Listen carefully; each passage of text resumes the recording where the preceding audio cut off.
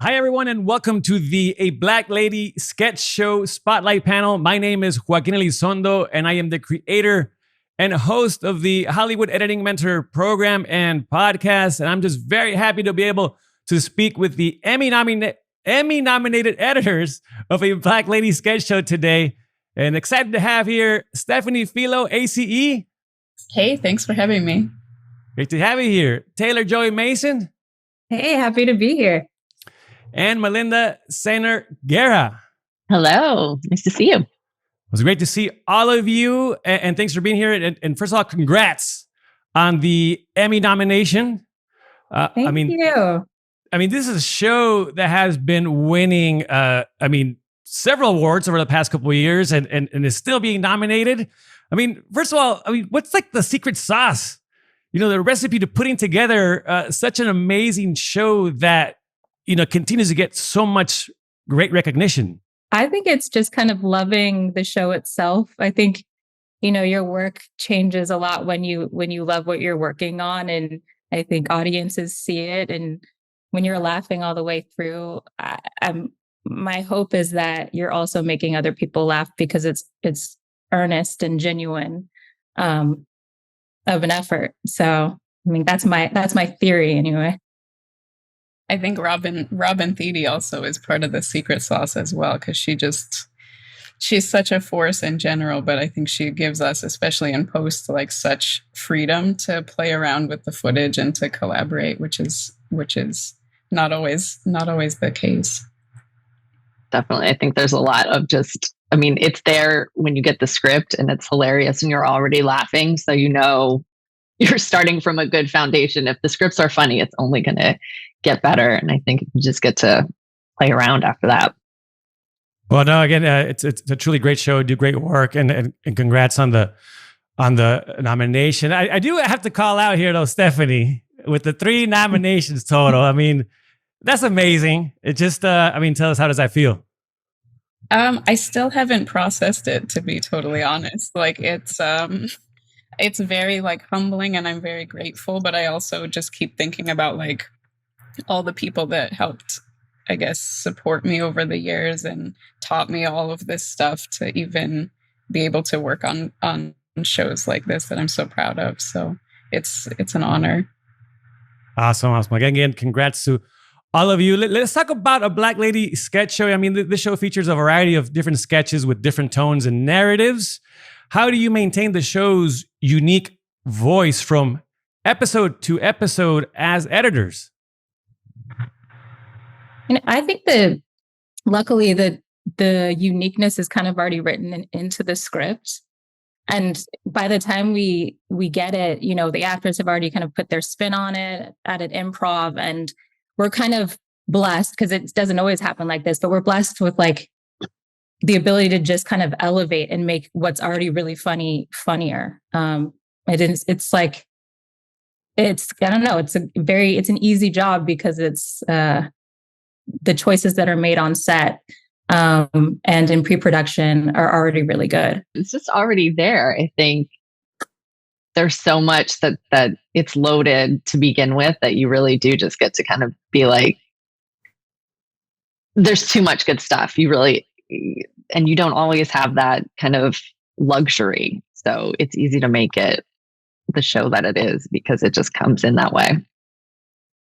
And something that's nice too is that we have kind of recurring characters on the show, but also kind of this unique universe where they're all kind of meeting each other in different sketches. So it's stylistically, you just pull from each of those sketches that you've maybe seen before. And you're like, well, we had this element here and this element here. And it all kind of comes together to find the style of the episodes.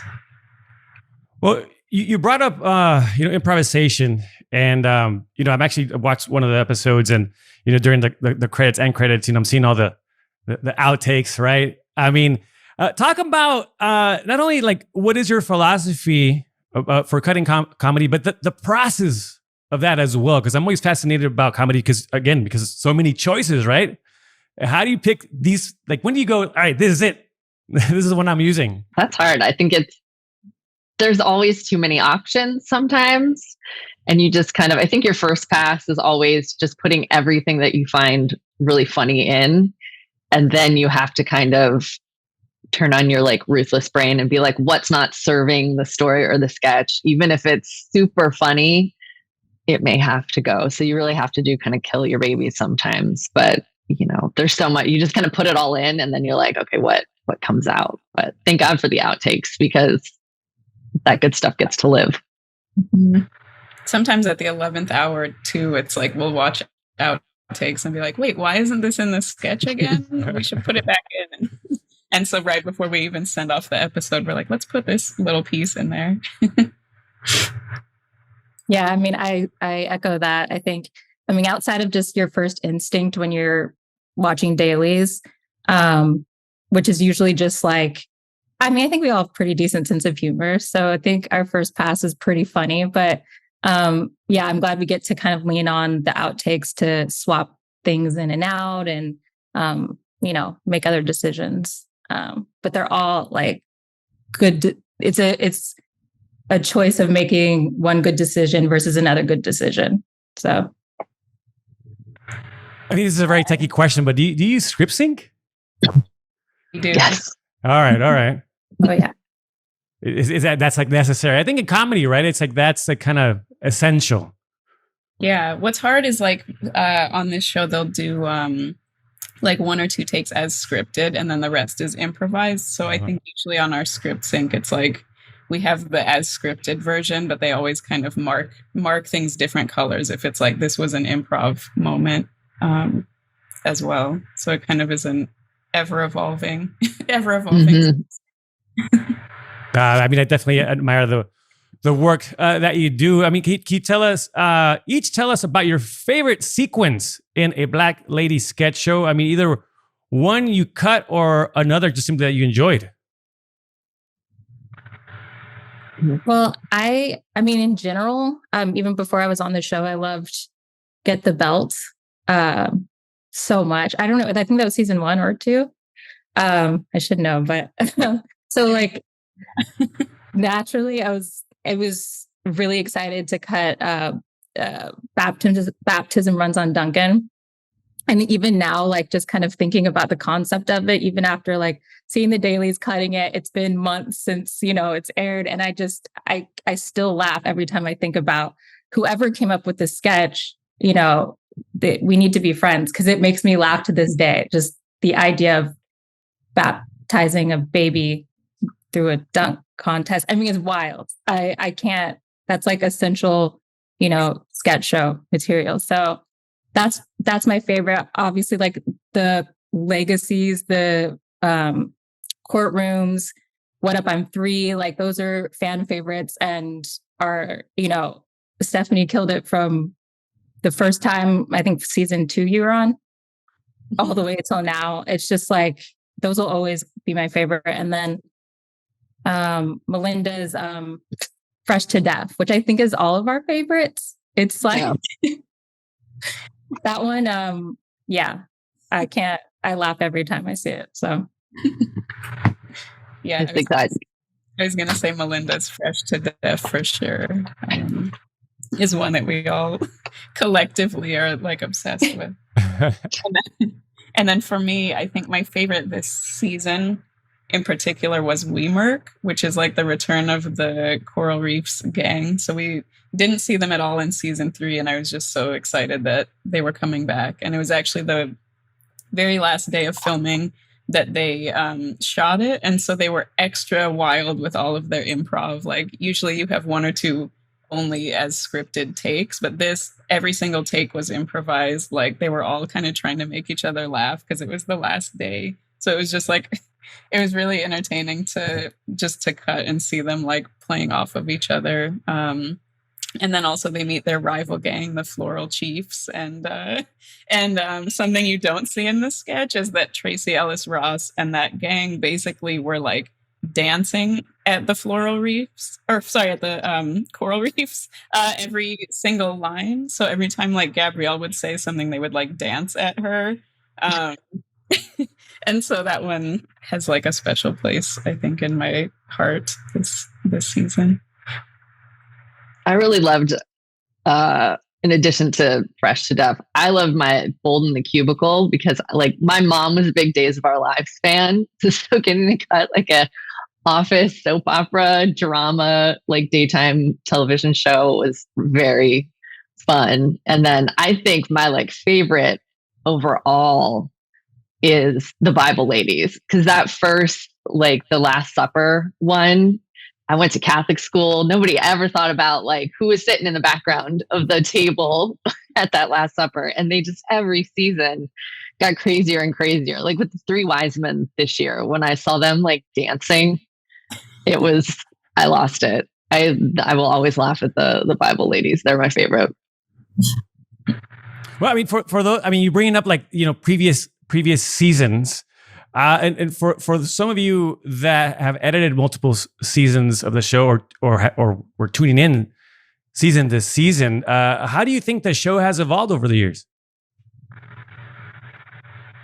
I think it's become a little more like absurd in the best way. And I think the writers really like up the ante, especially on the legacy, you know, sketches. Like you have Chris, who I think in season 1 started off like on an airplane, and then season 2 was at a wedding, season 3 at a baby shower, and this year he's quite like literally in space, or kind of like in a space comm control room. It's just like it gets crazier and crazier. I mean, like you have we had a talk show in a workplace bathroom, and just toilet flushes every now and then, which, you know, I don't think you saw that kind of thing in season 1 or 2. So I think they really just kind of leaned in the absurdity, and it made it a lot of fun for us.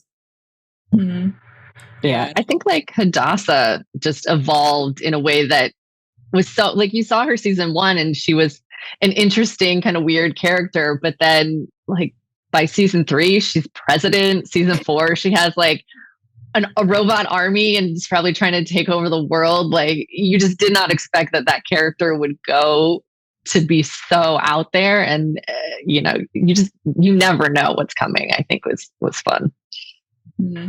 Yeah, I think that's something that for sure has evolved over the seasons. It's just like I think in traditional sketch shows, you kind of just have like the sketches as their own pods, but it's interesting now that it's like all of this character development has kind of happened over the seasons, and all of these characters have met each other, where you're like, I never thought I would see like, you know, the coral reefs meeting Dr. Hadassah. Like in what world does that happen? And you know, it's just an interesting mix of everything. And like Taylor said, that like embracing kind of the absurdity of that world, where you're like, what is a world where Dr. Hadassah is running everything look like?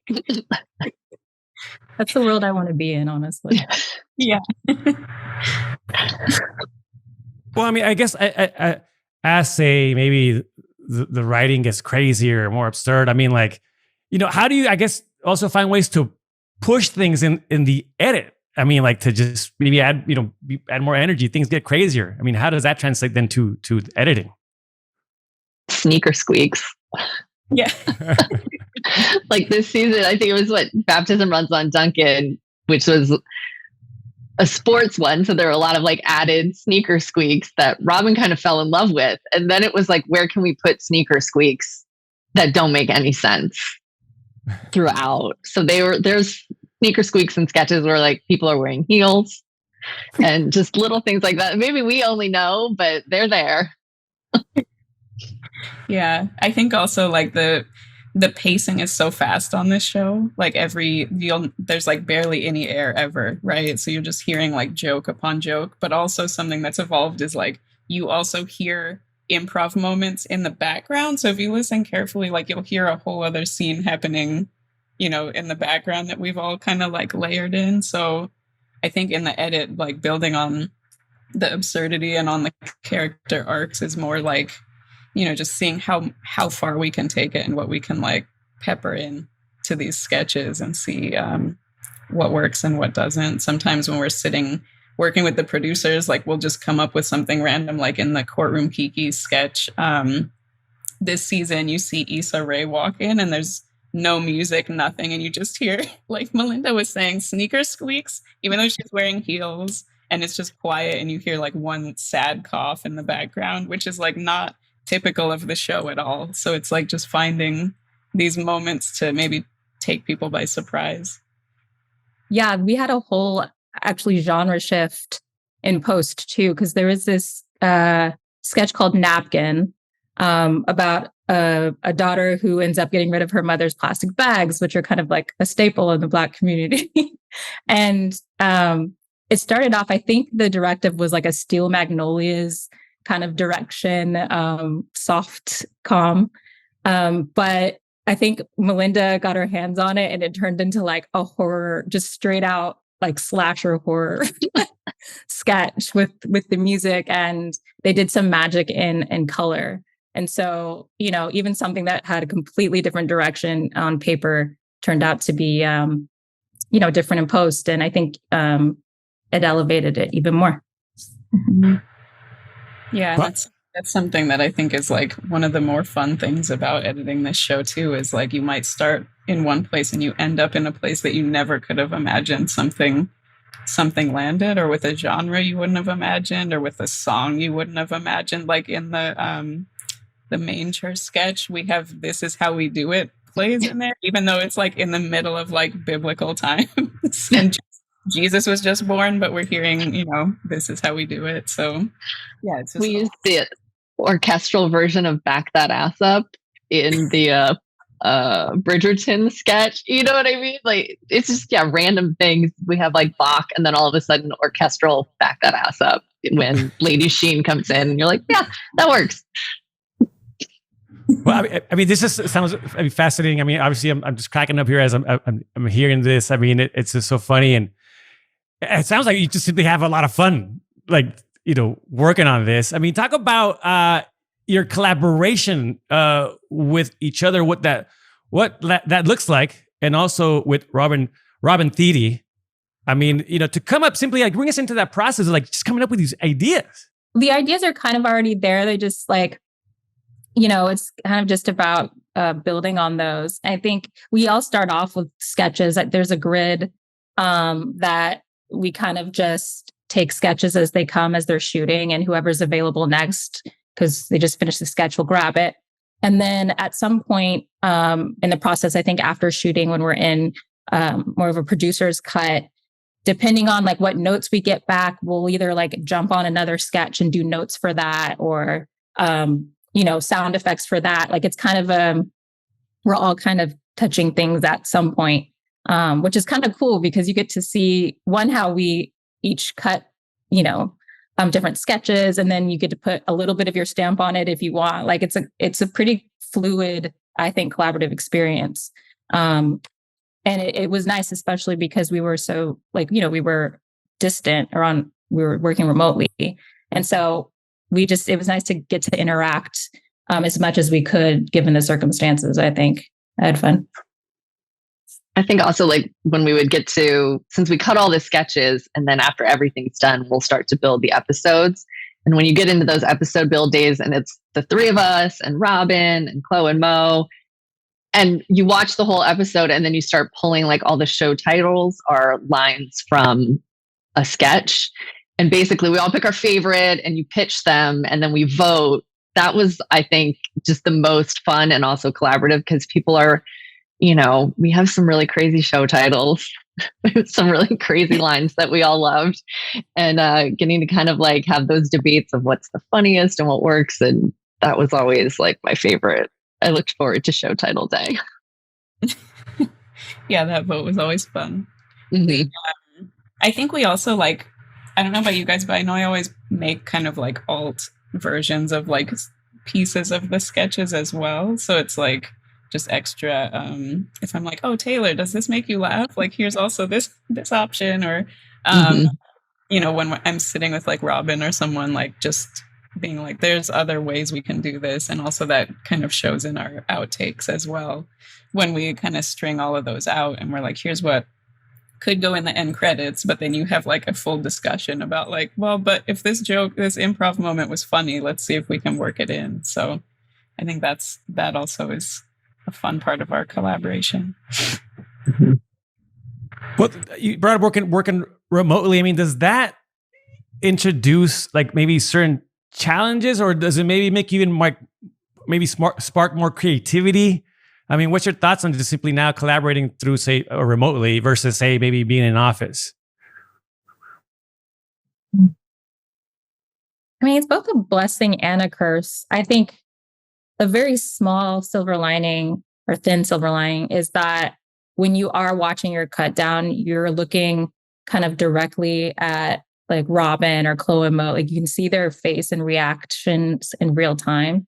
As opposed to when you're in a cutting room, you're just kind of your back is to them. You're just kind of hearing voices. But I mean, that's kind of nice. Outside of that, it's like, I don't know. I just miss kind of walking down the hall and seeing. It's been so long, I don't even really know what that's like anymore. But I do like sweatpants, so it's. I don't know. Yeah, I'm conflicted. I hear you. Yeah, the sketch show has been remote since season 2 also. So it's almost like our entire structure is built on like a remote workflow. So I think we've all maybe just kind of adapted to it over the years, and sweatpants, as Taylor said, are very nice. So it's nice to be able to like collaborate via Slack or Evercast or Zoom, while also wearing sweatpants. Yep. And we would try and do like on Fridays, like a happy hour, and have like us and the assist come in and like show whatever we've been working on for the week. And everyone can kind of like, that was always fun too, because then that's the first reaction. You're seeing people actually like laugh and get feedback. So we would kind of do that, the post team, which was fun. Yeah. And it's fun seeing the AE's kind of response as well, because they're like a fresh look at our work and fresh feedback. Well, I mean, what does that, I guess, camaraderie bring, say, maybe to the edit, creating, this show, being like a tight team and getting along and, having good communication? Oh, I definitely think it's similar to like what Steph was saying. Sometimes you tailor certain alts to certain people to see if you'll get a laugh and to see if it's effective. And I think kind of just being in constant communication with one another via Slack or text or wherever, you can kind of make your cut even better depending on, how many people you're getting feedback from. And we're all very just kind of open. I laugh at everything. So I'm like not the most reliable resource, but at least they know it's funny. But yeah, I think it's just about like not being afraid to show everybody everything and knowing that you're going to get some like respectful, positive feedback, because we all want, these sketches to be the best they can. So, I mean, that's nice. It's good to have that, I think, relationship with your colleagues. Yeah, you definitely feel safe. Mm-hmm. Just showing your work, even if it's like early on, you can be like, hey, what do you think? Is this working? Does this track? Is this music right? What do you think? And because we all do kind of like pass stuff back and forth a lot, you don't have to, it's like a safe space to kind of show things are in process and kind of where your thought process is going to, which is nice. Yeah, and I think we've all worked together over the years, whether it's on this or on other projects. So it's like we also have kind of a shorthand, which is really nice, where, I think we just all kind of understand each other and what we're trying to do. And our cuts, as, Taylor was saying, it's like it's reflective of us knowing each other well too, where it's like, I know this is going to make Malinda laugh, I'm going to put this in. I know this is going to make Taylor laugh, I'm going to put this in. And you have that kind of, you have multiple people that you're like, I know this will make different people on the team laugh. And I always am like, I hope this is reflective of the greater audience as well. So you kind of just try to see what would make the most people laugh. Well, the show is often self-aware, like with the actors behind the lens speaking seriously segment. We really enjoyed it. Do you often draw from your own experience in the industry or just simply life in general when working on the show? For sure. I think I got to cut the Save the Last Twerk, which was our, like 90s, early 2000s Save the Last Dance one. And I grew up as a dancer. So when I saw that was on my list on the grid. I was like, yes, I love those dance movies. So then you cut it the way you used to watch the movies, or how you would want to be in the dance movie. And those things, I think, inform it when it's especially something that you've like loved in the past, and it's a spoof on that. So there's all those little personal moments for sure. I think usually I try to think of like people I know. Like there's a lot of like, the Robin and the writers always make sure to kind of showcase like every type of Black woman, right? It's not like a stereotypical one note version of what a Black woman is, which unfortunately happens a lot in comedy. So it's nice to, you see a sketch and you're like, okay, this reminds me of like my cousin, or this reminds me of my friend, or this reminds me of myself. And you can kind of draw a little bit from that experience, or think about like, oh, if I threw away like my family's plastic bags, like how would they react, and what's the most dramatic version of this? And it's just fun to play around with that, as I think these are all kind of relatable sketches for everybody. Mm-hmm. I mean, it's nice to work on a show that's like the most relatable, I think, and probably the most relatable show we'll ever get to work on. And just having, material like shared experiences to then put your own stamp on is, I don't know, it's surreal. And yeah, I'm grateful for the experience for sure. Like I'm sad, it's over for this show, but I'm encouraged that there will be more like this. And I hope that I can be a part of it, because I can't really get enough selfishly of this kind of material. We talked a little bit about outtakes earlier on. I mean, are there any funny moments that we didn't get to see that you really enjoyed and that you can actually tell us about? I feel like so many came into the out. Yeah, so many ended up in the outtakes. I'm trying to think. I mean, the stuff that like the outtakes are sometimes they're so hilarious. They're sometimes just crass. You can't put them in for like reasons that are like, no, I mean, the kids might, watch this. Like, and those are some of my favorites.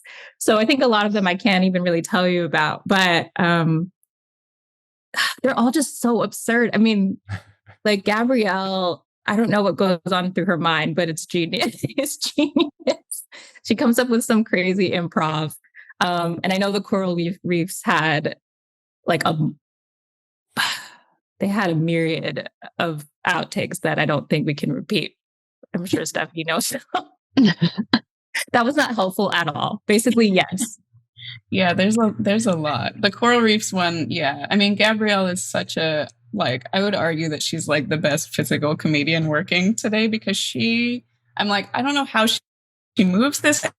There's like, yeah, in Weemark, the Coral Reefs one, like she runs and jumps on the couch at one point. That's not in the outtakes, but it's like she jumps and is like in this position, like lying flat in the air, like 6 feet in the air to land on the couch. And I'm like, how does she move this way? I'm trying to think what else. The Coleman Domingo Dr. Hadassah outtakes, there were a lot. They just had so much back and forth that it's like you could have a whole episode full of outtakes for that. The one I loved from Courtroom was the Issa, like the can't clap on beat.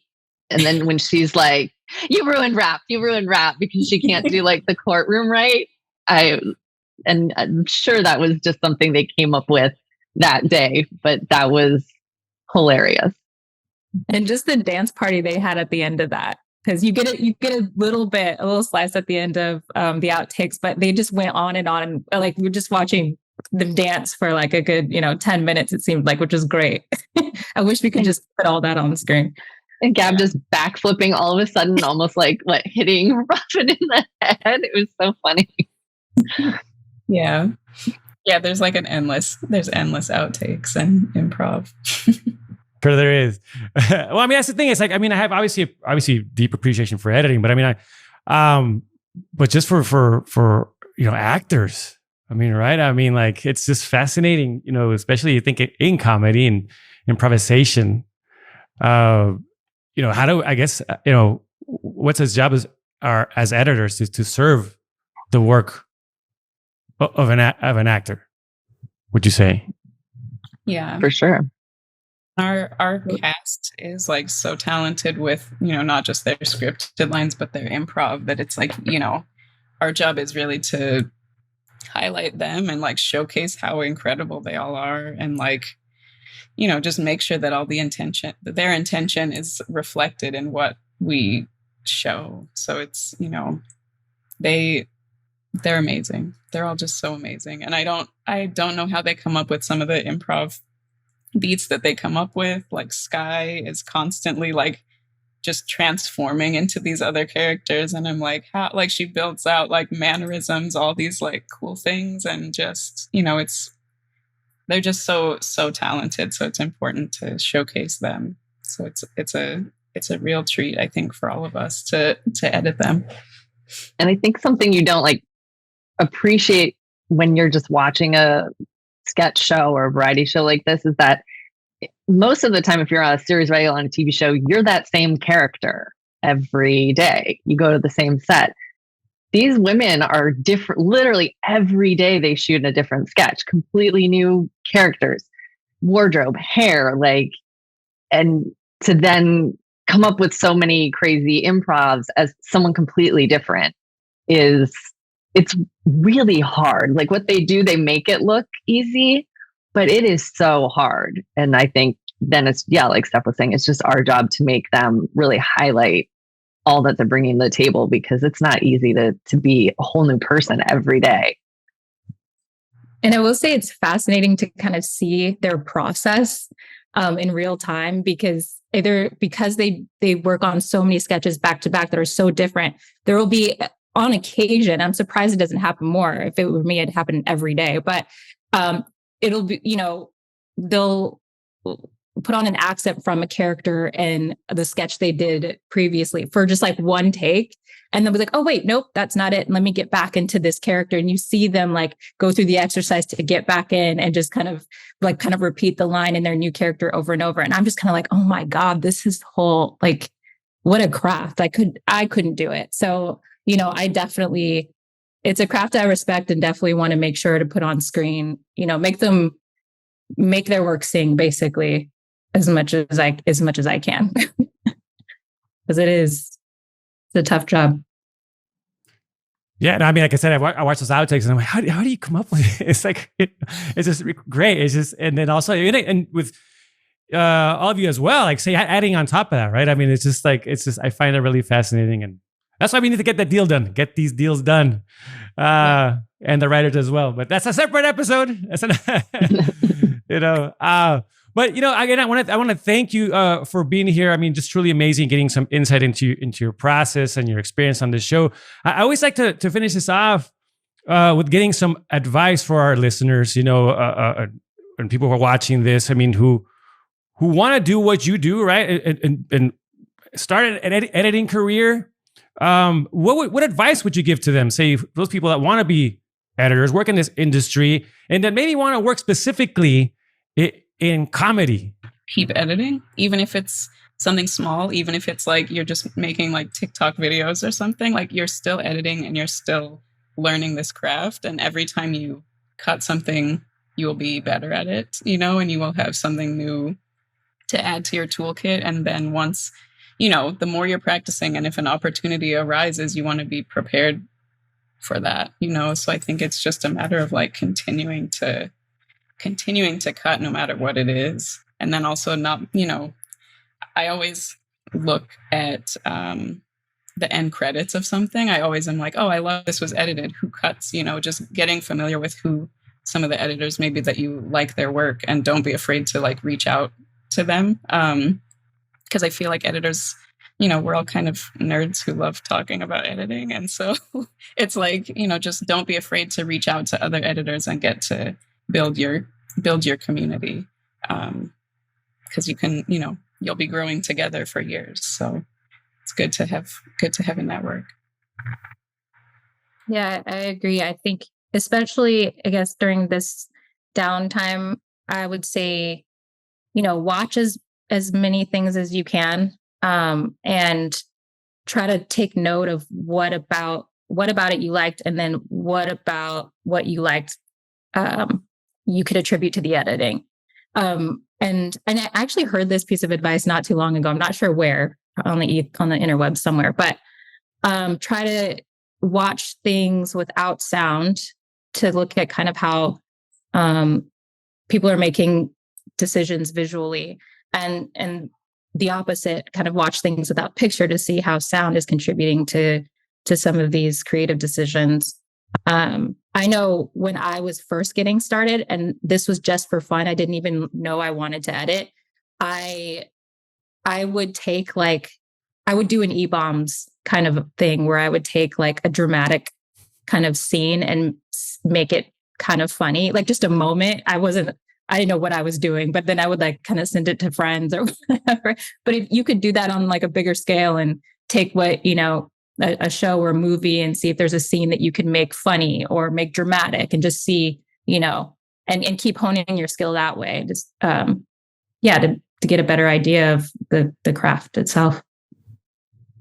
And I think also like be open to a lot of different opportunities. Like even if you really want to cut comedy, if you have a chance to cut like a horror thing or something dramatic, because especially in a show like Black Lady Sketch Show, you're pulling from all those different genres to make the comedy. So you never know when some of those tricks will come in handy in a different genre. So just kind of, I think it's important to just always be learning or trying new things, because like your Steph was saying too, like you never know what is going to come your way or what you might need to make something funny or make something dramatic. I mean, there's comedy and drama, and there's drama and comedy. So you kind of need all those skills. So just be open to everything.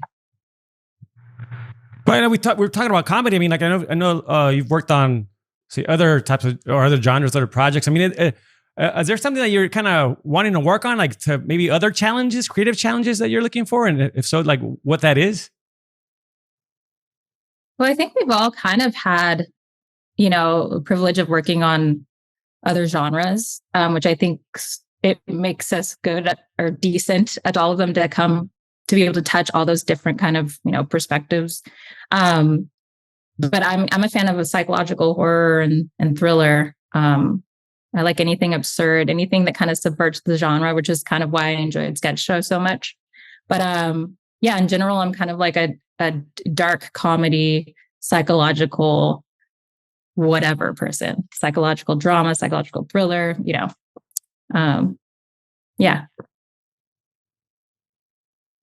There's like a genre in particular that I'm like wanting to try out, because we've all, like Taylor said, we've all kind of bounced between a lot of genres, but I always am drawn to something that feels different than the last thing I was on. So I always just like, I'm like, I just need something that's like the polar opposite of this next. So I think I just would kind of lean towards, whatever is the opposite of what I last worked on.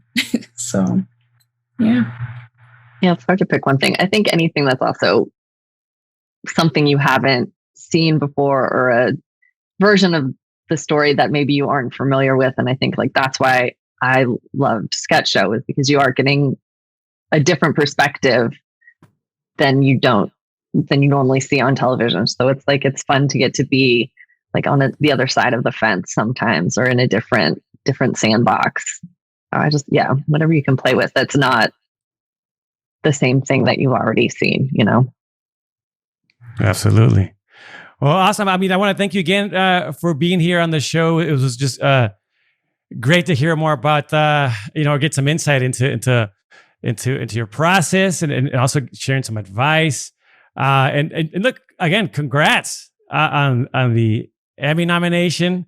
That is so awesome. And so again, thank you for being here. Thank you to our panelists, Stephanie, Taylor, and Malinda, for being here with us today to discuss their incredible work on a Black Lady Sketch Show. And thank you to Impact 24 PR for putting this panel together. and to all of you for watching. I feel like we need some of your like quirky sound effects here or something like, sneak and squeak something. Wait, we didn't ask you what's your favorite sketch. You said you watched Oh. the show. Oh, well, I really enjoyed the one you were nominated for. The was it Words of Defamation. My love language is the words of defamation. Yes. I truly, and I noticed the sound effects. That's one thing I did notice. Yeah, and really enjoyed Robin's performance there. So yeah, no, I hilarious for sure. Again, thank you very much for being here. Be sure to check out, everyone, the Hollywood Editing Mentor podcast on YouTube or your favorite podcast app for the other panels in this series. All right, see you next time. Thanks. Thank you. Thank you.